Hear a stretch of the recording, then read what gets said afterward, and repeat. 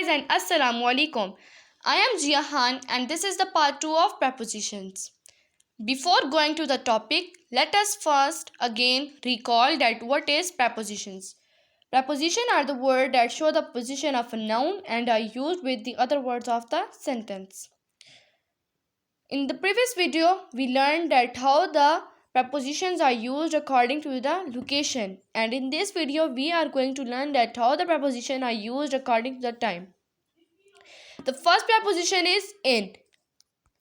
अच्छा, अब मैं यहाँ पर आप लोग को एक बात बताती चलूँ कि आपने बिल्कुल भी कंफ्यूज नहीं होना इस बात से कि मैं इन और ऑन को दोबारा क्यों यूज़ कर रही हूँ। बात यह है कि इन और ऑन जो हैं वो पिछली वीडियो में लोकेशन के लिहाज से यूज़ हुए थे, बट इस वीडियो में मैं इनको टाइम के लिहाज से यूज़ करूँगी। ठीक है, मैंने पिछली वीडियो में आप लोगों को क्या बताया था कि इन जो है वो किसी भी क्लोज्ड एरिया के लिए यूज़ होगा और जो ऑन है वो किसी भी इनक्लोज्ड एरिया के लिए यूज़ होगा। तो जब भी एरिया की बात आए आप लोग समझ जाएं कि वहाँ पर लोकेशन की बात हो रही है। ठीक है, अब यहाँ पर डिफरेंस है थोड़ा बहुत लोकेशन और टाइम में, यहाँ पर आप लोगों को पता चल जाएगा जब आप इनकी डेफिनेशंस पढ़ेंगे। ठीक है, अब इन जो है वो पार्ट्स ऑफ डे के लिए यूज़ होगा, किस में? टाइम में, not in location. Okay, remember this.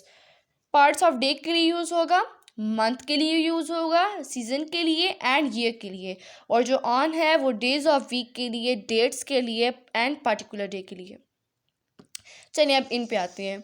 इन मैंने कहा कि पार्ट्स ऑफ डे के लिए यूज़ होगा। हाउ? आप लोग मॉर्निंग के साथ किसको यूज़ करते हैं? इनको यूज़ करते हैं। जैसे आप लोग बोलते हैं ना, in the morning, in the Noon, in the evening, in the night. ठीक है, तो आप लोग किसको यूज़ करते हैं? इनको। तो वो पार्ट्स ऑफ डे के साथ इन यूज़ होता है। आगे आता है मंथ के साथ। मंथ के साथ भी आप लोग इनको ही यूज़ करते हैं। किस तरह? आप जैसे बोलते हैं in the January, in the February, in the August, in the September, in the दिसंबर। ठीक है, तो आप लोग क्या यूज़ करते हैं? इनको। Next is season. सीज़न के साथ आप किस तरह यूज़ करते हैं? सीज़न के साथ आप इस तरह यूज़ करते हैं जैसे आप लोग बोलते हैं in the spring, in the summer, in the autumn, in the winter. ठीक है, तो आप लोग सीज़न के साथ भी उस वक्त क्या यूज़ कर रहे हैं? इनको यूज़ कर रहे हैं। ठीक है, नेक्स्ट इज़ ईयर। ईयर के साथ अब आप किस तरह इनको यूज़ करेंगे?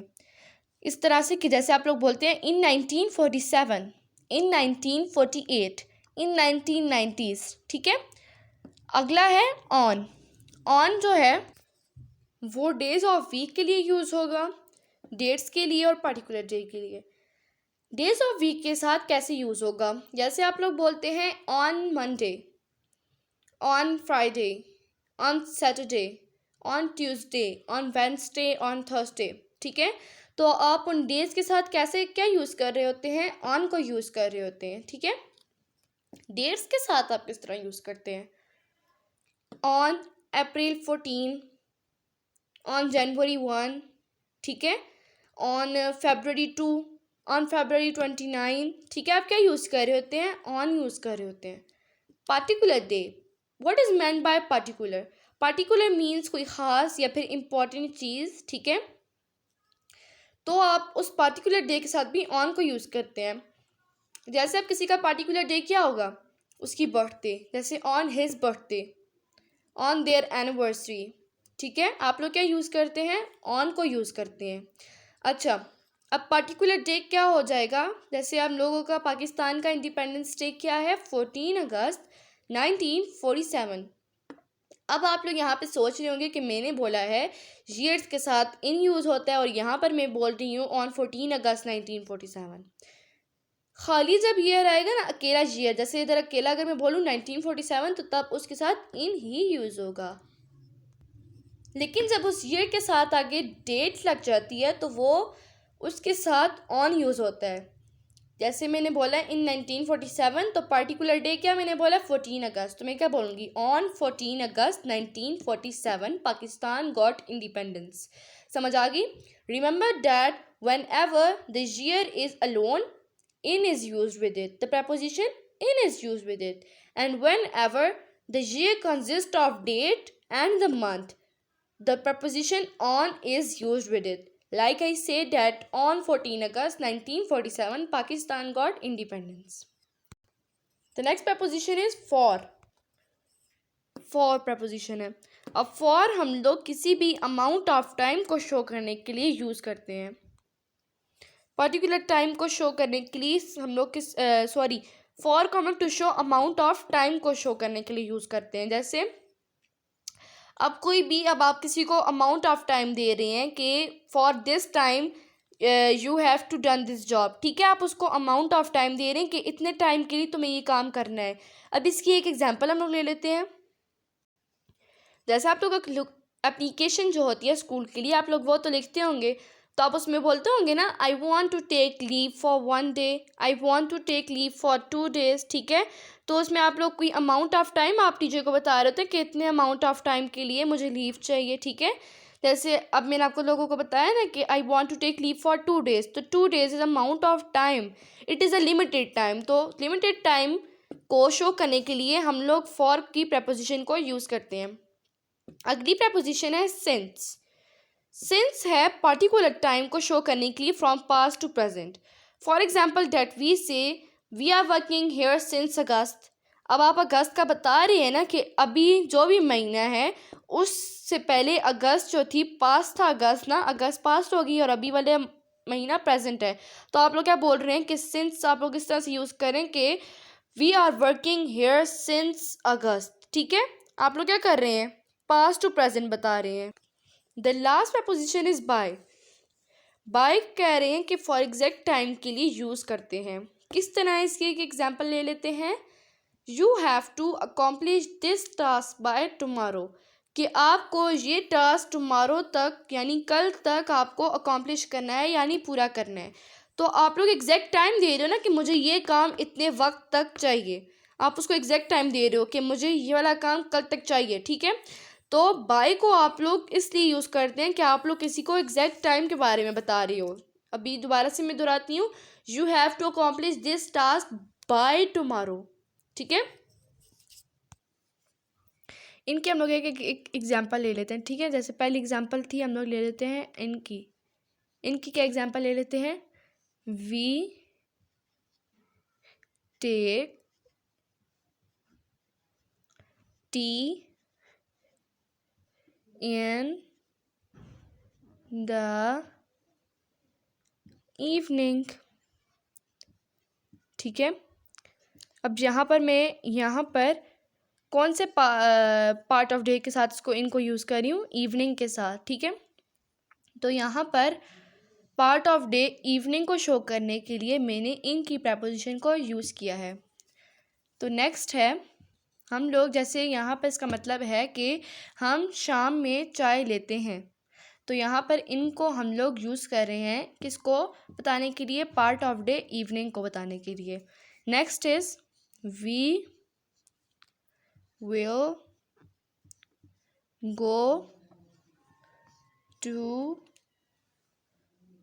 द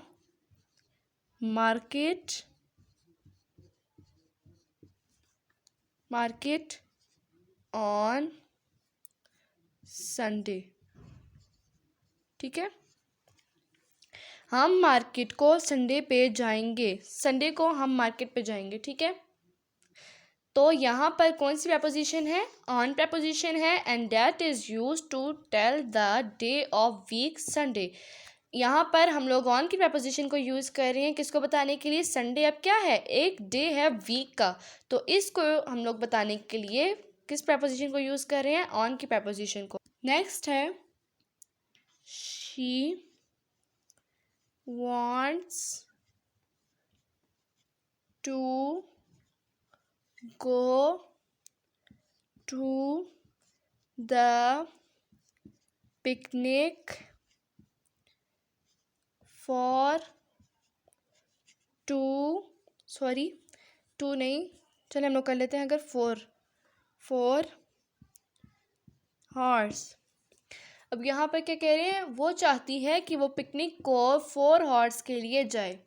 तो यहाँ पर कौन सी प्रपोजिशन यूज़ हो रही है, yes for preposition is use to यहाँ पर फॉर प्रपोजिशन क्यों यूज़ हो रही है कि वो बताए कि कितने टाइम के लिए वो चाह रही है, कि अमाउंट ऑफ टाइम वो बता रहा है ना, कि यहाँ पर अमाउंट ऑफ टाइम क्या है, ये 4 हॉर्स, ठीक है। तो वो यहाँ पर बता रहा है फॉर के वो 4 घंटों के लिए सिर्फ पिकनिक पे जाना चाहती है, ठीक है।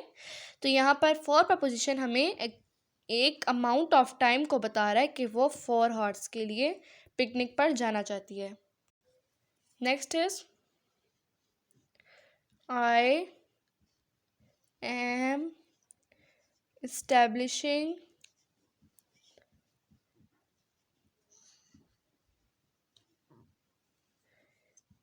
this school since last year। कि मैं जो हूँ वो स्कूल को कब से इस्टेब्लिश कर रहा हूँ, लास्ट ईयर से। तो which is a preposition, since. जी, यहाँ पर प्रपोजिशन है सिंस। वो बता रहा है कि मैं लास्ट ईयर से क्या कर रहा हूँ, स्कूल को इस्टेब्लिश करने की कोशिश कर रहा हूँ। तो ये जो है ये क्या है, प्रपोजिशन सिंस है, जो कि हम लोगों को एक पर्टिकुलर टाइम का बता रही है। पास्ट है, प्रेजेंट। पास्ट क्या है, यहाँ पर पास्ट है, ये जो है लास्ट ईयर, ये यहाँ पर है पास्ट, ठीक है। और जो अभी का ईयर है जिसमें वो ये बात कह रहा है वो है प्रेजेंट, ठीक है। Got it. अगली है he has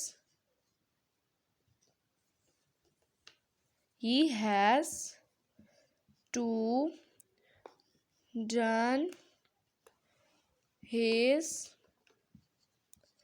assignment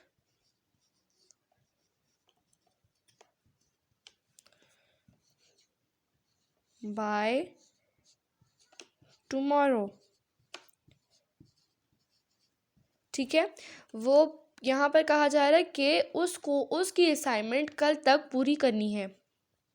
So which is the preposition used here? Yes, by. And by here is used to show exact time. What is exact time? Tomorrow. Tomorrow is the exact time that he has to done his assignment by tomorrow. So friends, today we learned these 5 prepositions in, on, for, since and by. These prepositions in this video, we learn how these prepositions are used according to the time. So friends, if you like this video, please like and subscribe the video and press the bell icon given below and comment me in the comment box, and Allah Hafiz.